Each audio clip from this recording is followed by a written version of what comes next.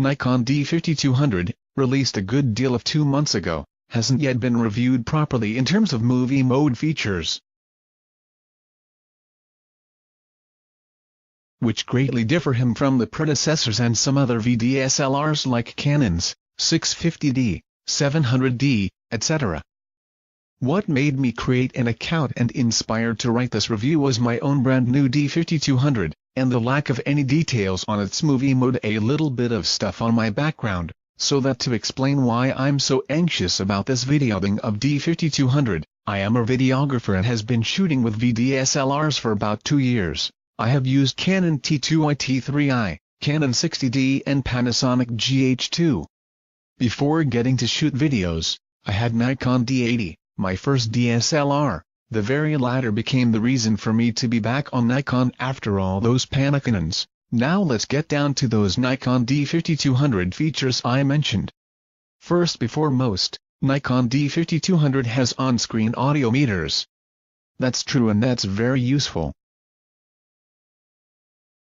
The audio meters are located vertically on the left of the screen and assist with watching the levels very well.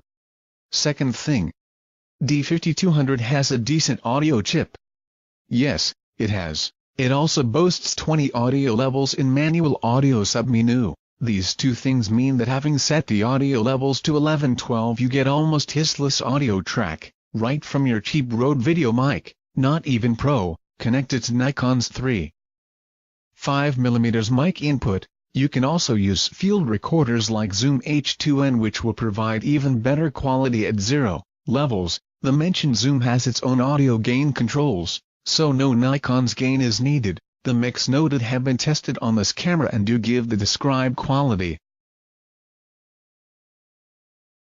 Third thing, Nikon D5200 will outplay any of your old Canons, maybe except for Mark III, in terms of mirrorlessness, detail and compression quality. The mentioned mix provides an ambitious videographer with the kind of decent quality he expects to get from the $1K camera, 18,105mm included, of course. Fourth thing, if you have a vari-aperture lens connected, like the included 18,105, and you use manual movie mode, you will not get exposure blinking when you zoom in and out, like you get on Canons. Fifth thing, very good low light performance, ISO 2500 and even higher are more than usable. Now, so that you quit feeling that Nikon fanboy lag, we will proceed to the downsides. Those have been described many times, but I shall repeat them and add some more. Downside sharp 1. You can't change the aperture in live view mode. Downside sharp 2. Active lighting does not work in movie mode. Downside sharp 3. Rolling shutter is a problem. Not as bad as it had been on Nikon D90, but still quite noticeable once you go further than 24mm. And, by the way, don't even try 25 and 24 fps. They are awful. Downside sharp 4. If you have a mic connected, you'll have some problem swiveling the screen in low angle position. Downside sharp 5. Battery drains very fast. Get some spare ones like third-party digital power. Those show the battery level and actually work with the camera.